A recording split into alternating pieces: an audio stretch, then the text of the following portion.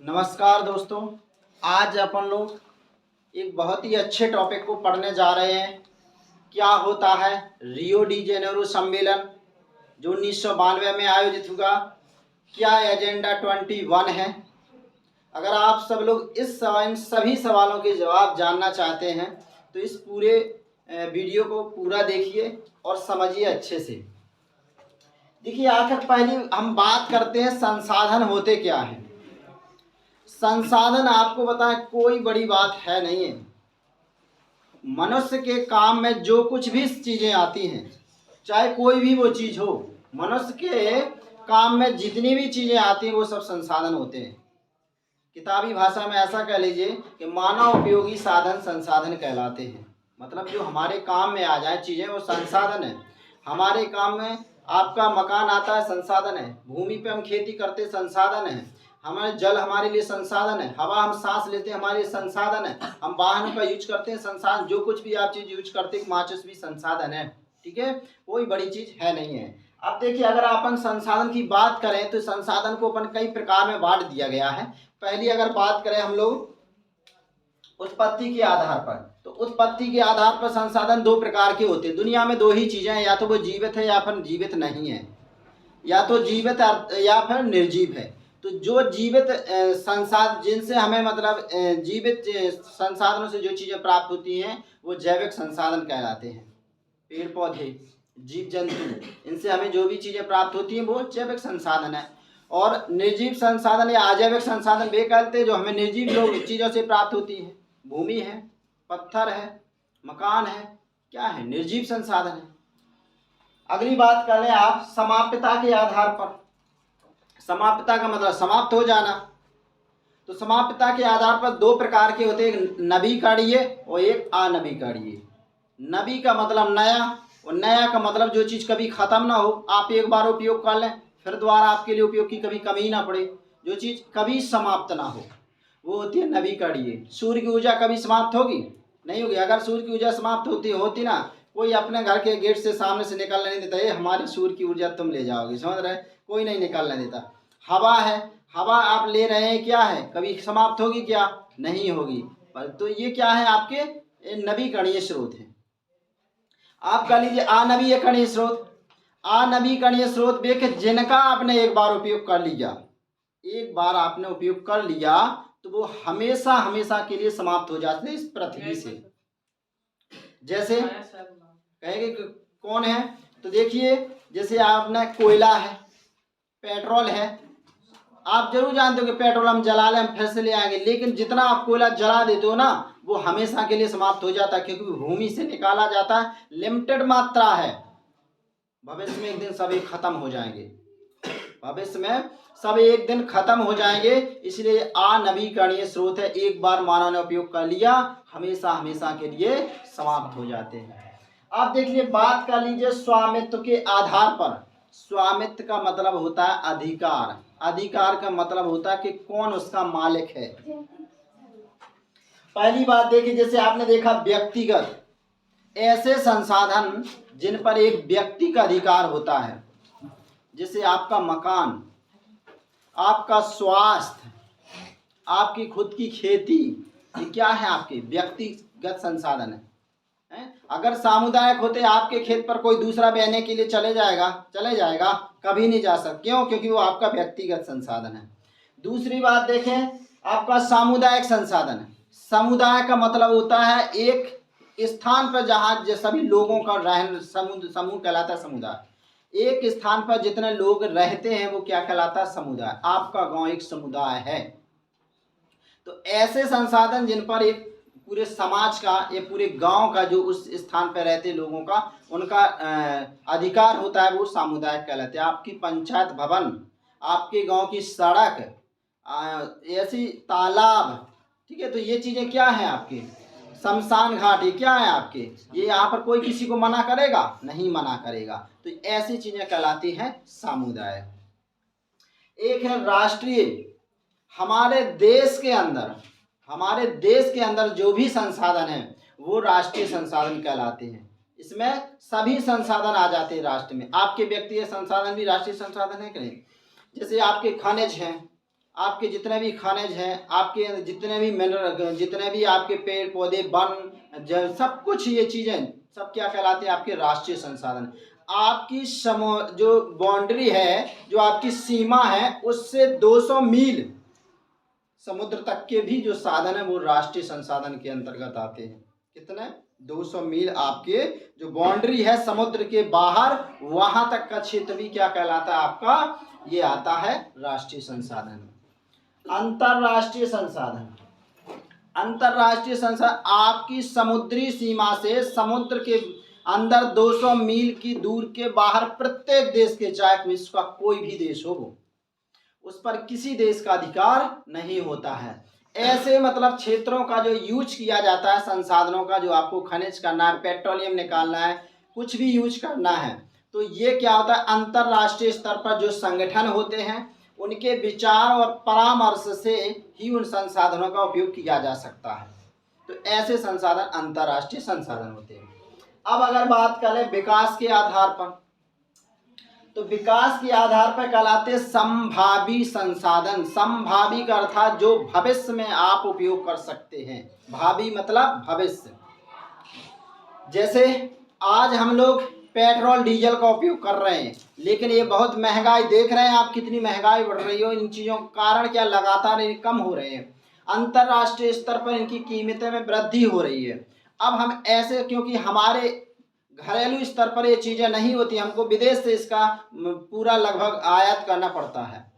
तो इस वजह से हम जैसे उपयोग करें, सौर ऊर्जा का उपयोग करें, पवन ऊर्जा का उपयोग करें, अभी हम कर तो रहे ना के बराबर, बहुत ही कम पैमाने पर कर रहे।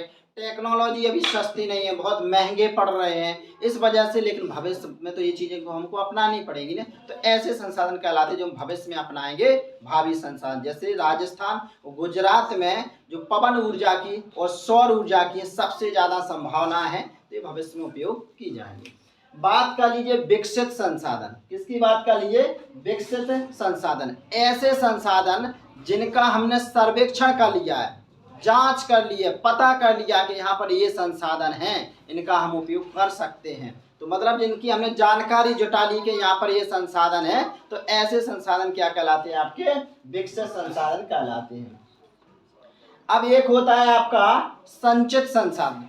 संचित संसाधन ऐसे संसाधन होते हैं कि जो हमारे राष्ट्रीय स्तर पर संसाधन है, हमारे भू क्षेत्र में संसाधन हैं, लेकिन अभी इतनी तकनीकी नहीं है कि हम उनका उपयोग कर सकें। इतनी तकनीकी नहीं है हम इनका उपयोग कर सकें, लेकिन भविष्य में तकनीकी आएगी और हम उसका उपयोग करेंगे। आप लोगों की तो भरोसे चलना है, आप लोग पढ़ रहे हो, साइंटिस्ट बनोगे, तकनीकी लाओगे, उपयोग करेंगे। आगे देखते हैं भंडार। भंडार का मतलब ये होता है कि जैसे अपने देश में सभी संसाधनों का एक अनुमान लगाना कि टोटल कितने संसाधन हैं। टोटल आपने अंदाजा लगा लिया कि हमारे देश में कितने मिनरल हैं, कितने हमारे देश में किस चीज़ की कितनी संभावना है।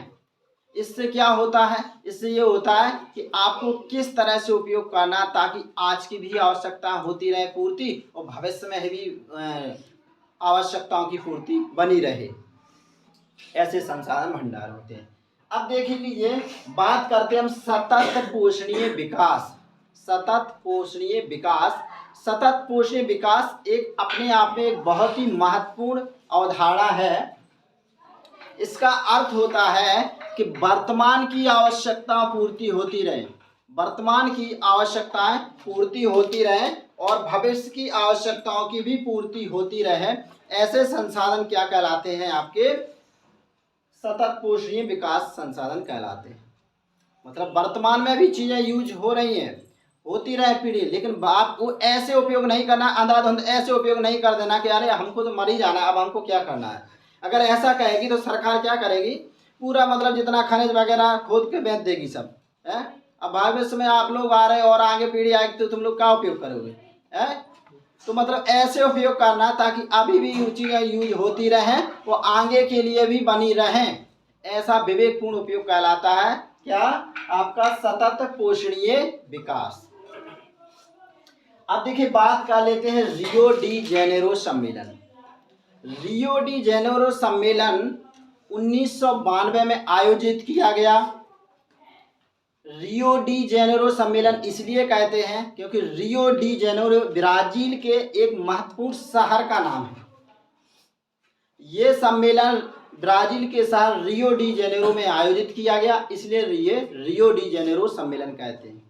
इसका दूसरा नाम पृथ्वी सम्मेलन भी है।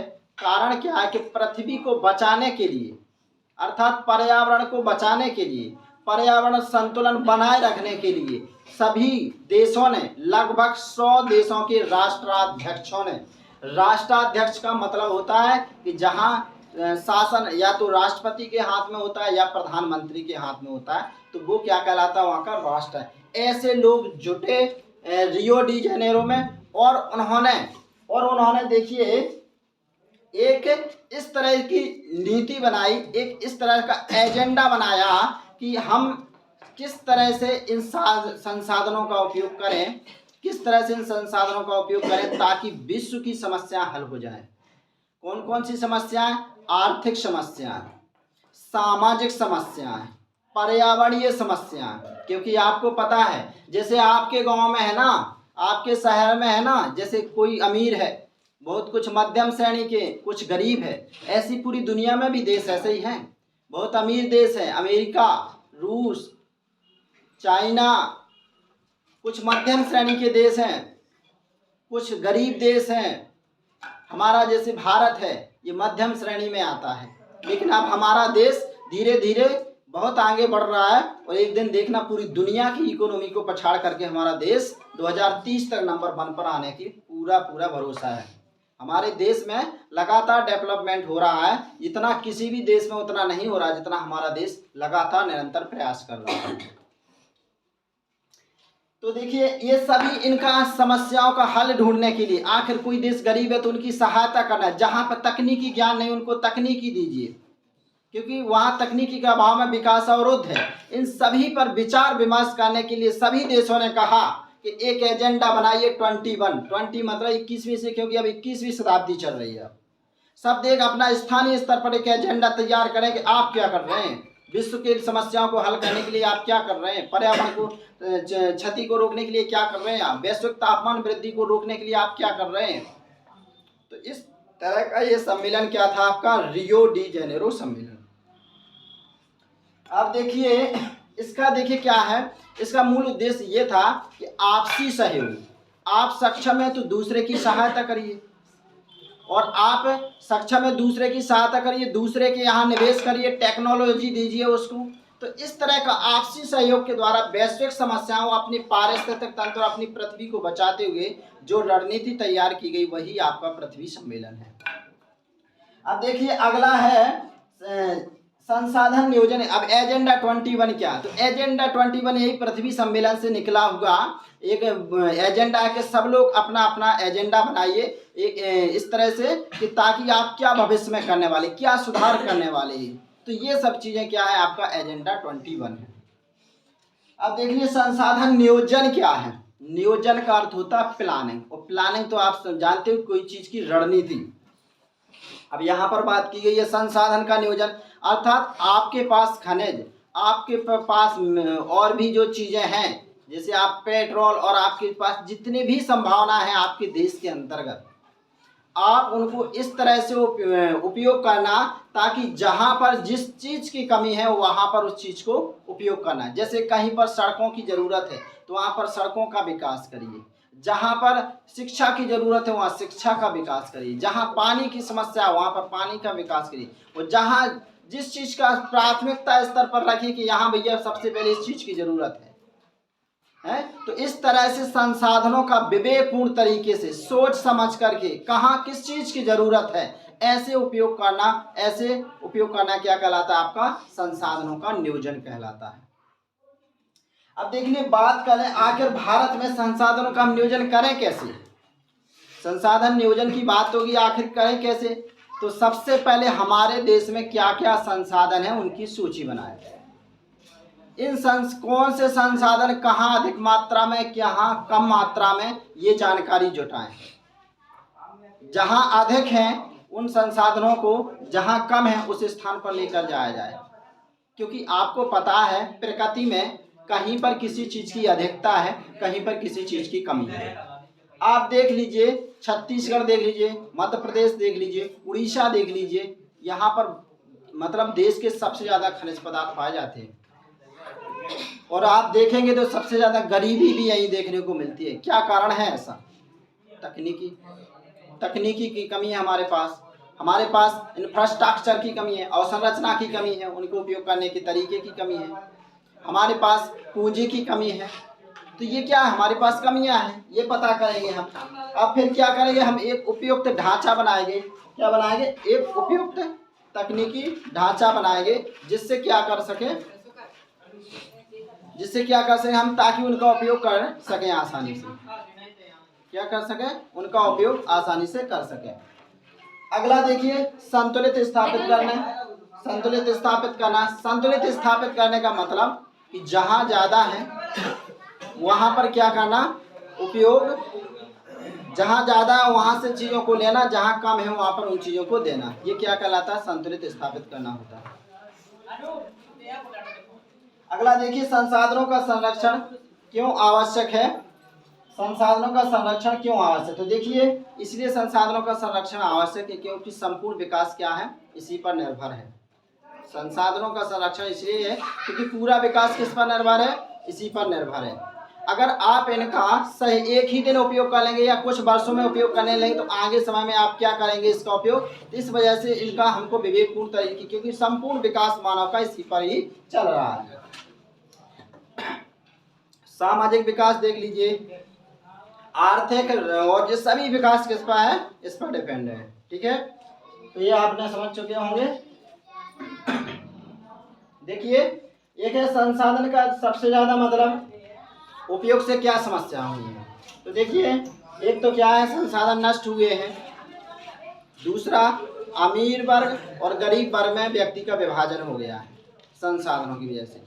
तीसरा क्या है, पारिस्थितिक संतुलन का खतरा उत्पन्न हो गया है। आपने ज़्यादा जीवाश्म ईंधन का उपयोग किया है, इस वजह से प्रदूषण बढ़ गया है। प्रदूषण बढ़ने से क्या है, O3 की मात्रा बढ़ गई है, जिससे क्या हुआ, तापमान में वृद्धि हो रही है। हमारा एक दिन पूरी पृथ्वी क्या हो जाएगी? जलमग्न हो जाएगी। समुद्र के किनारे के जो भी मतलब स्थान है वो डूबने लगेंगे। इस तरह से हमारे सामने संकट आएंगे।